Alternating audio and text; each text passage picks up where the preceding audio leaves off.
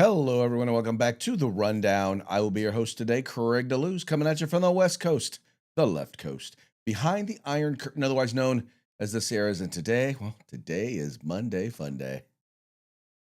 I stop what you're doing, cause I'm about to ruin the image of me that you're used to. I look money, a king bee making honey, see? Deep state, I hope you're ready for me. Now gather round, I'm the new sheriff in town. All my people rise up and stand your ground. Now drink up all the Diet Coke you got on your shelf. So just let me introduce myself, my name is Trump D. I like my mashed potatoes lumpy.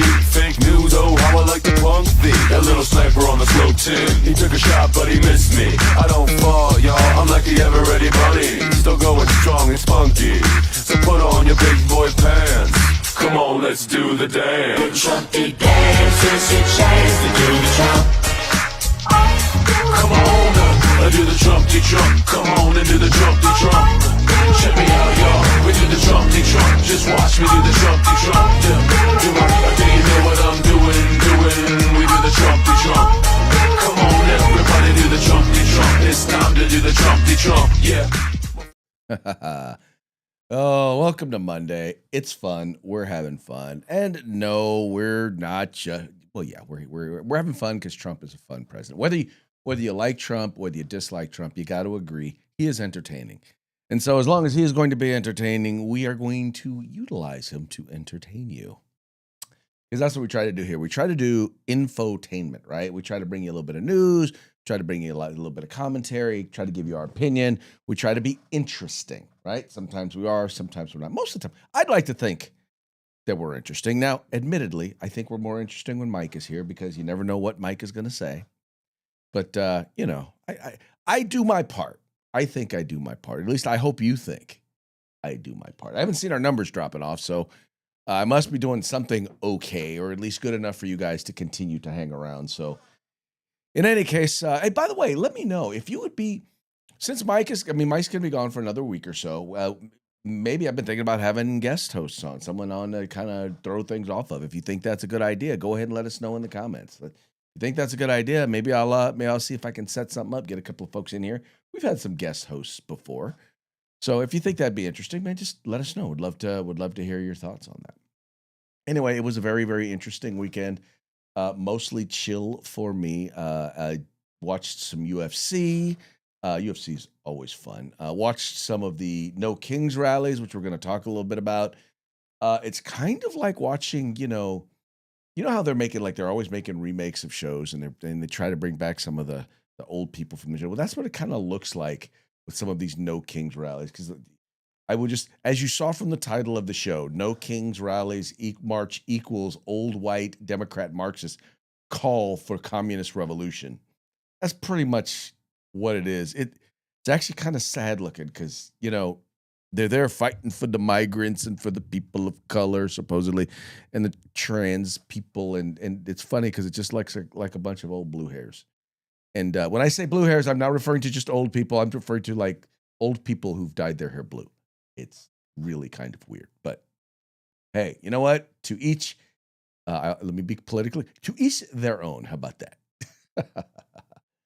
All right. Okay, let's go ahead and start off our show the way that we usually do. And we'll start off by giving a quick shout out to our sponsors.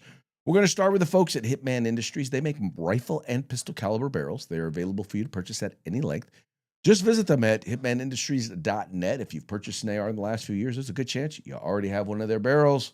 Might as well get another one. Then you've got the California Republican Assembly working to help elect conservatives at all levels of government, from school board all the way up to President of the United States. They are the largest and fastest growing grassroots Republican organization in the state of California, and they support only conservatives. Check them out today at cragop.org. That's cragop.org. If you want to be a part of California's future today, you got to join CRA. And then we've got the best in concealed carry tactical holsters available on the market. You will find them at hogholsters.com. That's HAWG holsters.com. That means helping Americans wear guns. And they want to help you by giving you a fat discount on your hog holster. Just use the discount code The Rundown, all caps, no spaces, one word, just like it is right up there. And you are going to get a discount on us. So check them out today, hogholsters.com. And then you've got the place where you can find all things tactical except the gun. As you are looking to make purchases for your group, for your club, for your unit, for your department, for your business, you have got to check them out. They've got a huge selection of tactical gear. They've got a competitive prices, especially if you're purchasing in bulk, if you're purchasing doing group pricing.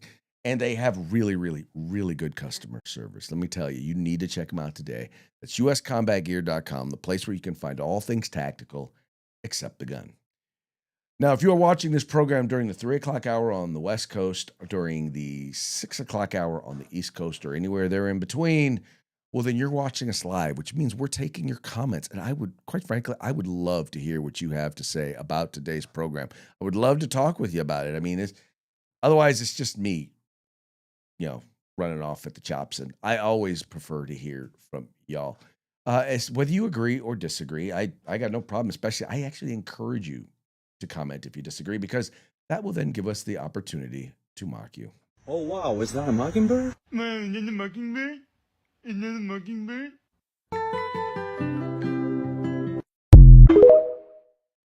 We will mock you. That is how it rolls. Okay, let's go into today's stories.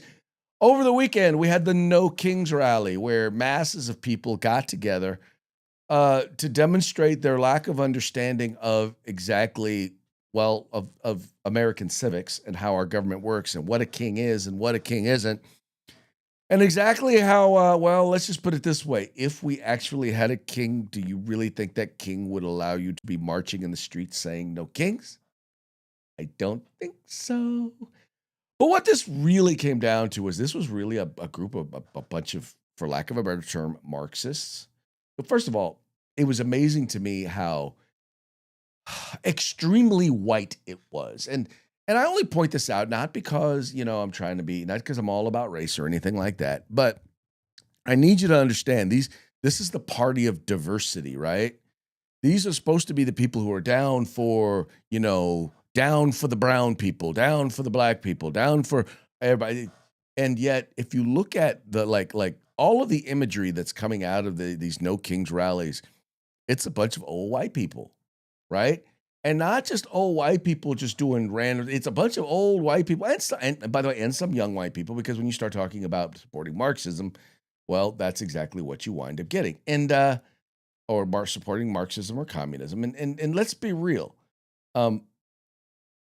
There were significant numbers of people out there. It wasn't like just this random thing of Marxists. I mean, they were out there in force. Working class revolution! Working class revolution! Solution! There is only one solution! Communist revolution! Communist revolution! There is only one solution! There is only one solution! Communist revolution! Yeah! Communism is gonna win, baby! Up for liberation! Down, down for their occupation! Down, down their occupation! Down, their occupation! Down, down their occupation! Hands off the Middle East! From the belly of the beast! From the belly of the beast! Hands off the... And by the way, they weren't just out there just chanting chants, mindless chants, because basically many of them were quite mindless, I am sure. I have no problem telling you that. But there were also many of them who were out there who very distinctly understood, yeah, we want communism. And they don't want the wimpy, Chinese kind of communism. They want old school, like Stalin, Leninist style communism. Communists of America, we have nothing to do with the Party of Socialism and Liberation, and I agree that China is a capitalist country.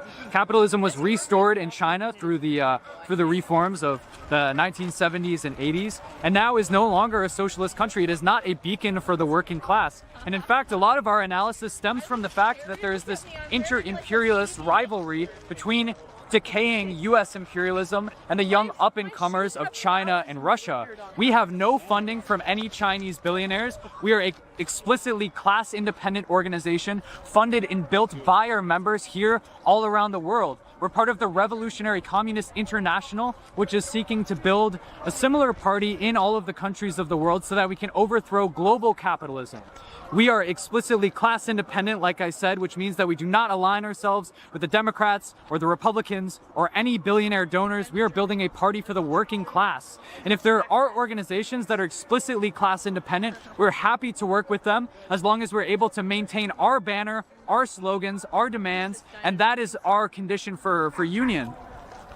As for the party of PSL, I have heard that they are getting funding from some Chinese billionaire or something like this, and I have no comment on this. This is not our party. We are the Revolutionary Communists of America, and we, like I said, we stand firmly on the basis of class independence, and we seek to sharpen that class line wherever we possibly can, because it is the Epstein class. We do not want to beg at the feet of the Epstein class. We want to rise up and demand what is rightfully ours through organizing for revolution. And I think that the tactics of us and PSL will vary on this front. We stand firmly against both the Democratic Party and the Republican Party. The Democratic Party is not an avenue by which we can accomplish real working class change. I think Zoran Mamdani has shown this. He's come up against the limits of collaborating with the capitalist class. What we need is an independent organization for the working class, because the ICE movement showed that events are going to push thousands of people, even millions across the country, into the streets demanding change from the capitalist system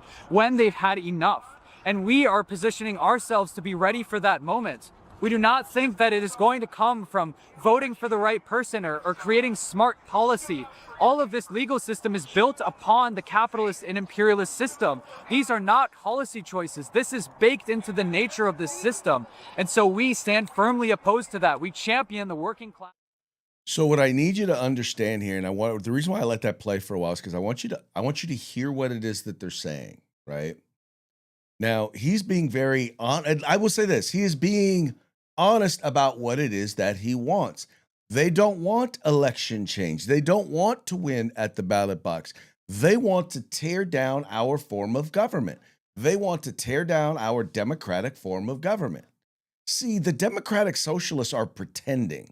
They're pretending, they're saying, well, we want to give people an opportunity to vote and democratically choose to let the government take over everything because it'll be a government of the people. But that's not what they really want. What they really want is they just want takeover. They want the smart people, the people they deem to be the smart people, because to them, the smart people are the moral people. They're the righteous people. They are the people. There's no way that they are going to set things up so that there is an unequal system. Oh, no. How dare they? They could not do such a thing. Of course, that's exactly what it is that they're going to do. Because guess what? Every single time, what that dude right there said, every single time someone does that, they wind up setting up. There's the party, and then there's everyone else. There are those who are in the most favored status, and then there is everybody else. Now, the one area where they do start to succeed is everyone does become more equal. People become more equally oppressed. They become more equally poor. They become more equally destitute and dying of diseases. Communism has killed more people than any other disease put together, any disease put together. We're talking hundreds of millions of people have died as a result of communism. In some cases because of violence, in some cases because of lack of resources and lack of food. They run out of energy. Look at what the institution or the nationalizing of energy has done in Venezuela. Venezuela was one of the most prosperous countries, if not the most prosperous countries other than the United States, in the Americas. Then they started nationalizing their industries, including energy. And now you have people who are starving. Same exact thing has happened in Cuba. They nationalized their industries. If it hadn't been for money coming to them and oil coming to them, if it hadn't been for oil coming to them from Venezuela, and it hadn't been for money coming to them from Russia and Iran to prop them up, they would have collapsed a long time. There's a reason why they are now dealing with national blackouts. There's a reason why they are now starving, because we've choked off at least two sources of their oil and their money. The people who are subsidizing them, we've choked them off. And that's why Cuba is now in danger of falling. It never works. It didn't work in Mao's China. Now, the one thing that they started to realize in China was this. And by the way, it's the same exact thing that they learned in the Slavic countries, right? Where they instituted socialism, they nationalized the industries, and they realized, well, once we nationalize it, if there's no incentive for people to work, they won't. If there's no incentive for people to create, they don't. If there's no incentive for people to be industrious, they will not be industrious. Which means, because here's the problem. Here's the reason why they won't. Because if I'm working hard and I see dude over here there is working hard, or dude over there is not working hard, why does he get the same rewards that I get? Why is it that he gets exactly the same stuff that I get? I'm doing all the work. And so what happens is, I will then decide, well, if I'm going to get the same thing, then maybe I just shouldn't work. And what we're doing here in the United States, and it's a little disingenuous when we I won't say disingenuous. It's a little off the mark when we accuse Democrats of being socialists or Marxists, because we're not there yet. But we're heading that direction. We right now have the lowest labor participation rate of any time since we started measuring that. That's the percentage of people in the economy who are actually working. Able-bodied workers who are choosing to not work. And we've got a huge percentage of them because they're getting enough money from the government and mommy and daddy to just sit home and do nothing. And so now there are people who are working hard, who are looking at them and like, well, maybe if I decided that I wasn't going to work hard anymore, I could live off that little bit if I didn't have to worry about working hard, if I didn't have to worry about working at all. And so they don't. They're hoping to get those numbers. And here, by the way, here's the problem with the quote unquote Democratic socialists, because the Democratic socialists realize one thing: if I can force the Democratic part of that socialist, and I can get the freeloaders, I can convince the freeloaders that all you have to do is vote. Let me clarify. All you have to do is convince the unproductive people that they can vote to take stuff away from the productive people. Once they realize that in a democratic system, then the democratic system falls apart. Then it no longer works. And that's the direction which we are heading. A huge, huge percentage of American households depend on a government check in one kind or another. Some sort of government subsidy, whether it's Social Security, whether it's welfare, whether it's Obamacare, whether it's you work for the government. I mean, a huge percentage of people are dependent on the government to make a living. Anyway, I just wanted to share all that with you, to share that is who is running these protests. And the worst part is that the mainstream media will not communicate this stuff to you. They will not tell you that this thing is funded and paid for by Chinese propaganda organizations. It's bought and paid for by Marxist and socialist organizations that want to overthrow our government. These are the folks who are paying for this stuff. And the people who are out there marching, they're not you and I. They're not people who are like, look, I just want to know that if I work hard, I can get ahead, right? I want to know that my government is doing the best they can with the resources that they have to make sure if I'm sending my kids to a public school, that they're getting a good education, that our roads are safe, that the police and fire show up when they're needed. That's where most of us are, right? That's not where these folks are. As far as they're concerned, all of those things are fascism. They want all of them to go. All of those things are part of all those things need to go. They're gone. Get time to get rid of them and burn it all down. And out of the ashes will rise this phoenix I don't know exactly what that phoenix looks like. I don't know exactly what it's going to do. All I know is every other society that has depended on that phoenix has been sadly disappointed. Hmm. Well, and I talk about sadly disappointed. There are a lot of people right now who either live in or formerly live in Los Angeles who are very disappointed with Los Angeles, with California, the land of opportunity, and for generations, for most of my life, California has been a place where people came to seek their opportunity. Right, my parents came here from Providence, Rhode Island, seeking their future. Right, people moved from all over the country, if not all over the world, to come to the United States, in particular to come to California, because they knew it was a place of opportunity. Well, sadly, and by the way, no place more exemplified the ability to live the American dream than Los Angeles, because that was a place where you could go and become a star, right? Well, evidently that doesn't appear to be the case anymore, as the luster, the shine has started to come off of the LA's star. Anyway, there's a story out right now, and it's over at the California Post, denoting mass exodus from Los Angeles revealed in shocking new figures. Now we know people are leaving California, but this is a place. Los Angeles is a place that is exemplifies the takeover of wokeness in the state of California. I mean, almost all of the bad decisions that the California legislature makes are made by politicians that come out of Los Angeles. Let me read a little bit of this to you.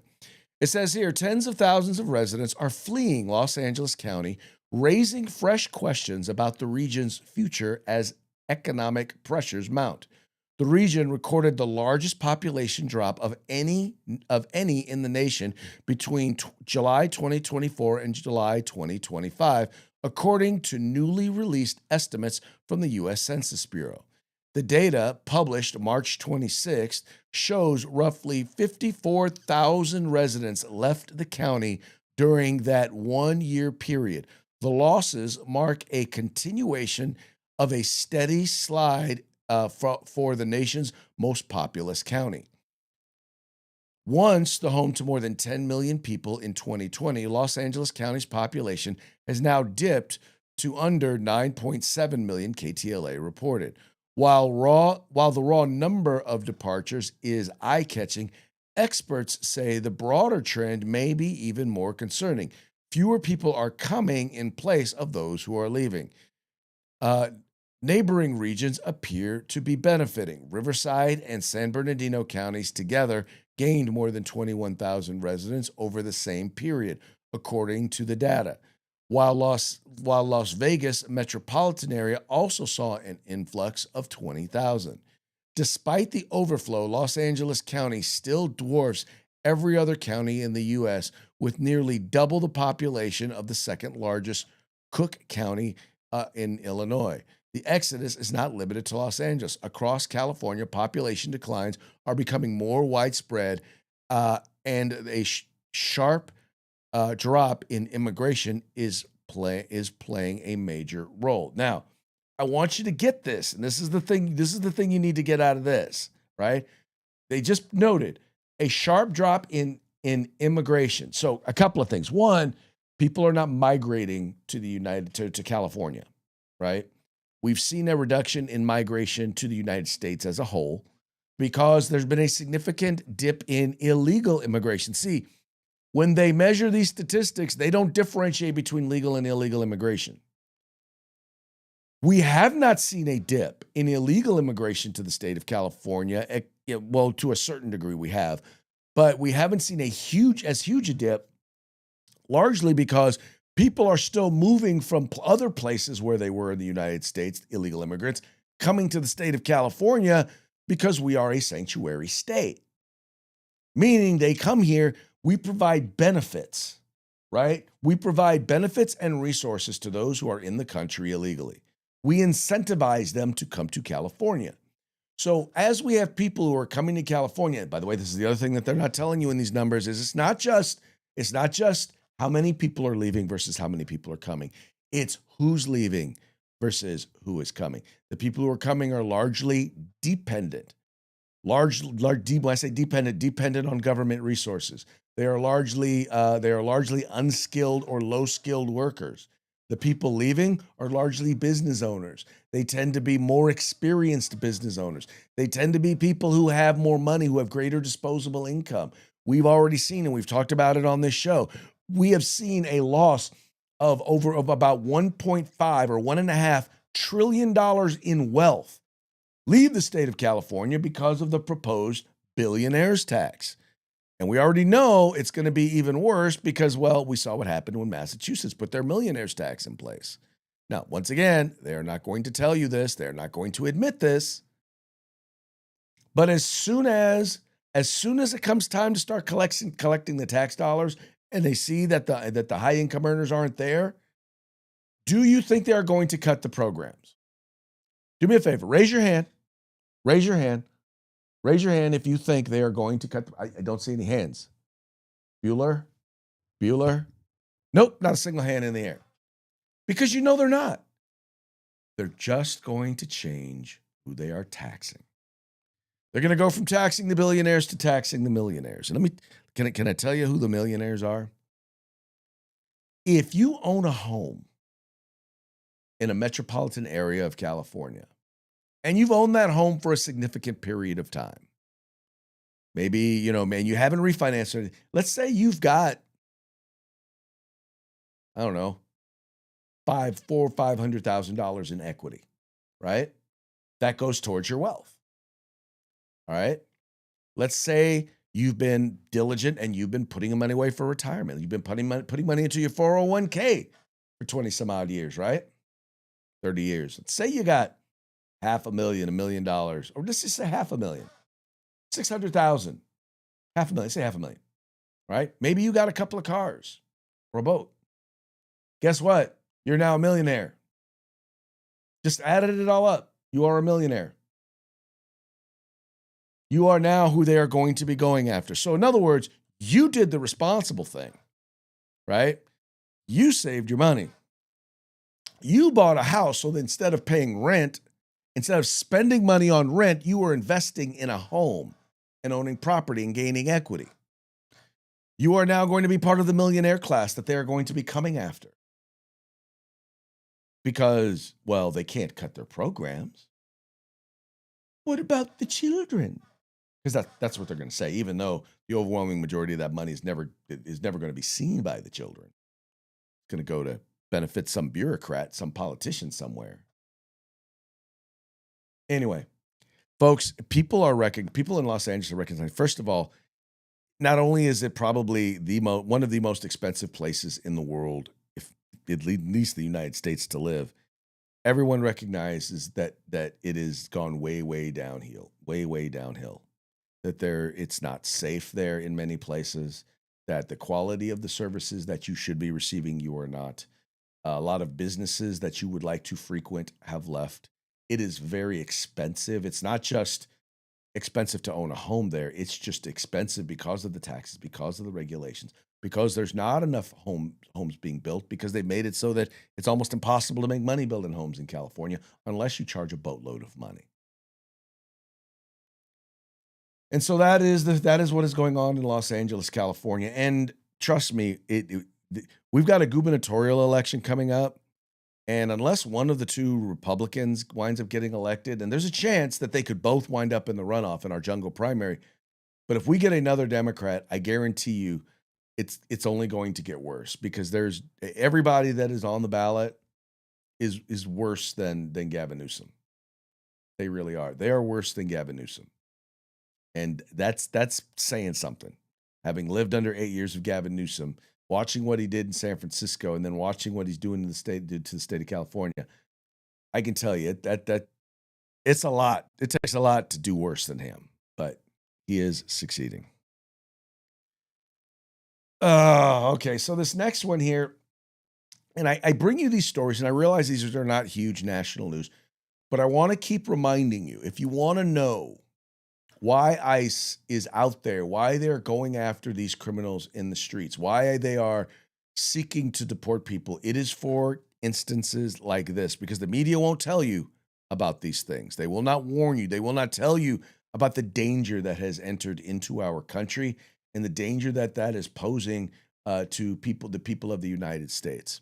This being reported by Breitbart, it says Biden released illegal alien charged with 2 murders in North Carolina Sanctuary County. An illegal alien released into the United States by former President Joe Biden's administration is accused of 2 murders in Mecklenburg County, North Carolina, a sanctuary jurisdiction. On Monday, the Department of Homeland Security officials issued a statement pleading with Mecklenburg County officials not to release 22-year-old illegal alien Jesus Quintero Fernandez of Venezuela from jail without first notifying Immigration and Customs Enforcement agents of his release. Quote, because of the Biden administration's disastrous CBP-1 app, this illegal alien was allowed to come into the country and commit these murders, DHS's Lauren Bliss said in a statement. Indeed, Fernandez used the Biden administration's CBP-1 mobile app to schedule an appointment at a southern border in July of 2023. He was subsequently approved for release into the interior. Fernandez has been arrested and charged with first-degree murder, attempted first-degree murder, assault with a deadly weapon with intent to kill by inflicting serious injury, possession of a stolen firearm, and felony conspiracy. Police allege that Fernandez murdered 44-year-old Ludvin Antonio Guzman Morales on January 24th in a shooting, and later on March 22nd, murdered Luis Gutierrez Mora. Fernandez was arrested. Gutierrez Mora. Fernandez was arrested for the murders on March 23rd. Now, once again, this is a guy who, if our borders were closed, would not be here, meaning there would be 2 murder charges that wouldn't exist had the Biden administration done his job and actually enforced our borders. Instead, he put in a fast lane. That's what the Biden administration did. So, if you want to know why we're doing what we're doing, it's because here's the thing, and I've used this number before.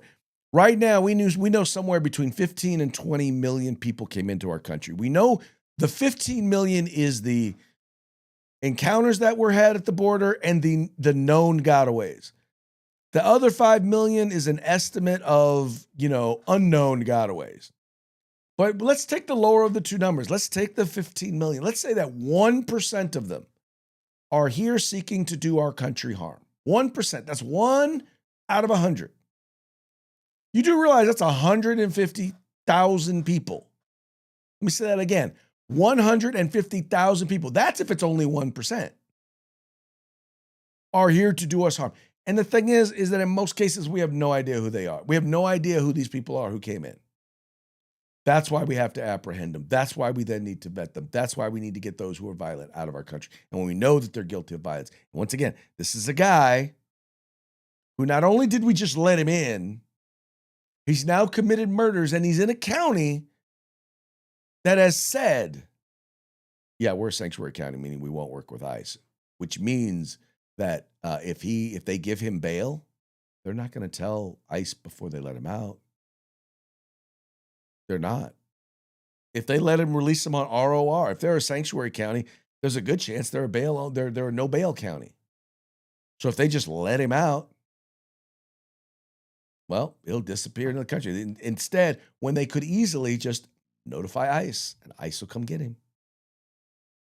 But they would rather have him roaming the streets. All the people doing the No Kings thing this weekend, they would rather have him roaming the streets than in custody. Which is still funny to me because I still keep people saying, well, nobody wants criminals running the streets. Then why are you messing with ICE agents? Why don't you let them do their jobs? Why don't you tell in your sanctuary jurisdictions, why don't you tell the elected officials, let them into your jail so that they can take these guys, they can pick these guys up and take them and deport them? Why not? These are criminal illegals. Well, but they're going after everybody. No, they're not going after everybody. When they pull a car over, it's because there's some sort of documented link between that car and a criminal illegal. Someone who either committed a crime before they got here and then has been discovered, committed a crime while they were here, or have an active order of deportation, meaning they've gotten their due process and it's time for them to go. The courts have said it's time for them to go. That's who they're seeking. Now, if you happen to be driving a car that's owned by somebody who fits that description and you too are in the country illegally, well, then, yeah, you're going to get swept up too. We're not just going to let you go, especially if you are choosing to attack federal agents. I don't know why this point is lost on people. It makes no sense. It just seems like just regular old common sense. Oh, I keep forgetting Orange Man bad. Always got to remember that. Got to compensate for the TDS. TDS will, when you throw in Orange Man bad, all of a sudden a lot of these things make sense. Anyway, that now brings us to our last story. Major airports return to normal as TSA workers get paid. Now, this was an interesting one. So Trump put out an executive order basically to pay the TSA agents, right? And so the only question was going to be, were the Democrats going to sue? Because constitutionally, he didn't have the authority to do that. He didn't. Constitutionally, the power of the purse lies in Congress. But here's the thing. He does it. If they want to fight about it, they then have to file a lawsuit to stop him. Say, nope, you can't do that. You're violating the Constitution's separation of powers. And he did. But then the Democrats would be on record suing to make sure that TSA agents did not get paid. Was that a gangsta move or what? Was that a gangsta move or what? Let me read a little bit of the story here coming from Reuters. It says there major U.S. airports return to normal as TSA workers get paid. U.S. major airports that suffered massive disruptions for weeks after 50,000 Transportation Security Administration security officers went unpaid since mid-February say operations are returning to normal. Airports in Baltimore, Houston, New York, New Orleans, and Dallas, which have all experienced massive delays in recent weeks, all reported very short lines on Monday. The standoff brought chaos and, in some cases, security lines topping 4 hours, the longest in TSA's nearly 25-year history. President Donald Trump signed an emergency directive on Friday ordering TSA workers to get paid despite failure of Congress to end the 45-day-old partial government shutdown. And Homeland Security Department said workers started getting paid Monday, the agency said. DHS said most TSA officers on Monday received a retroactive paycheck that included at least 2 full weeks' paychecks and plans to provide workers with the remainder of the partial missed paycheck from the beginning of the shutdown as soon as possible. Asked why Trump did not sign the order earlier to pay TSA officers, White House spokeswoman Caroline Leavitt said, existential crisis at the U.S. airports prompted the emergency action last week. Now, once again, certain executive orders, certain things the president can do if there's an existential crisis. Basically saying is it turned into an existential crisis. Once again, this is not me not saying I believe he did the right thing. I 100% believe he did the right thing. But, by the way, I'm no lawyer and I did not stay at a Holiday Inn Express last night, so I don't know. But my understanding is not technically, but he did not have the power to do that, and Congress could have easily put up a vote, and Democrats would have had to vote to say, yeah, no, he doesn't have a right. He doesn't have the right to do that. And do they really want to be on record saying that? Now, mind you, I just also wanted to note, it's not just the TSA workers who weren't getting paid. It was anybody in Homeland Security. And I need what I would say. No, I take that back because ICE in particular is ICE and the Border Patrol are funded. They've already got funding that's going to last them a while, so they're getting paid. But I want you to understand the threat that that Democrats were putting the U.S. under. Folks, we're in the middle of a war right now, or a conflict or an engagement right now with Iran, and Iran has already called on people to commit acts of terrorism here in the United States. Homeland Security is directly tasked with making sure that doesn't happen, and they don't want them funded.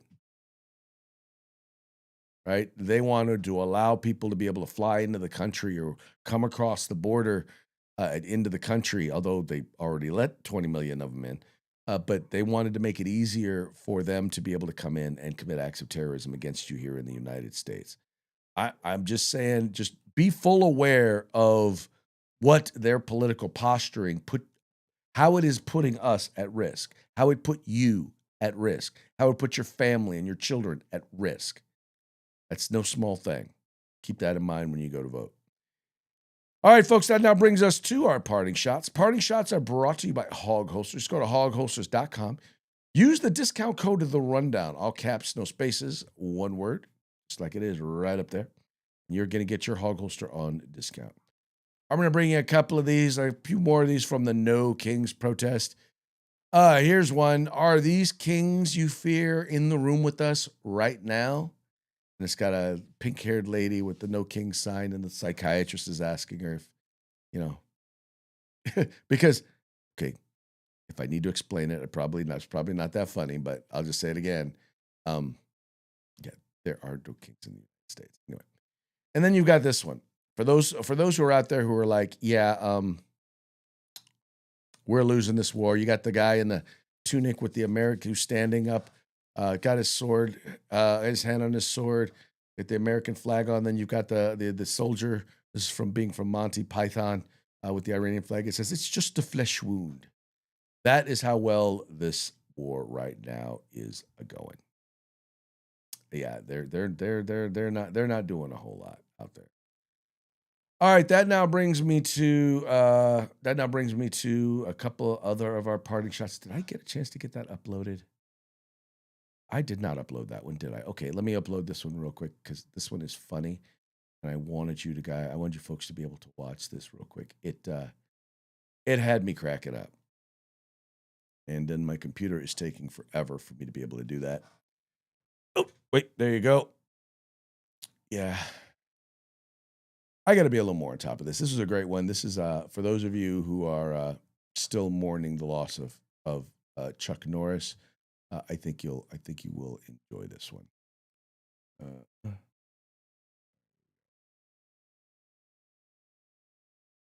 Okay, I just had a hopeful thought. What if Chuck Norris isn't dead, and instead he's just been deployed to Iran for like a secret mission in order to... Wait a second, how long ago was it? It's about a week. Never mind. If Chuck had been in Iran for a week, the entire country would be liberated and the Ayatollah would be a Southern Baptist by now. I will always play the Chuck Norris ones if I get a chance.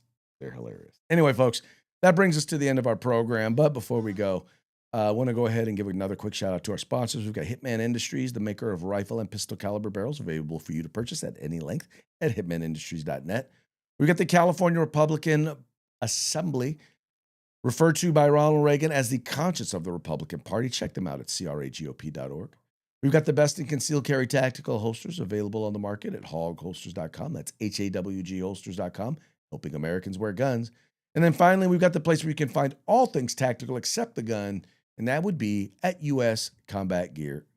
All right, folks, that's it for today's program. We will be back tomorrow on Taco Tuesday. Till then, y'all have fun, stay safe, and we will see you mañana.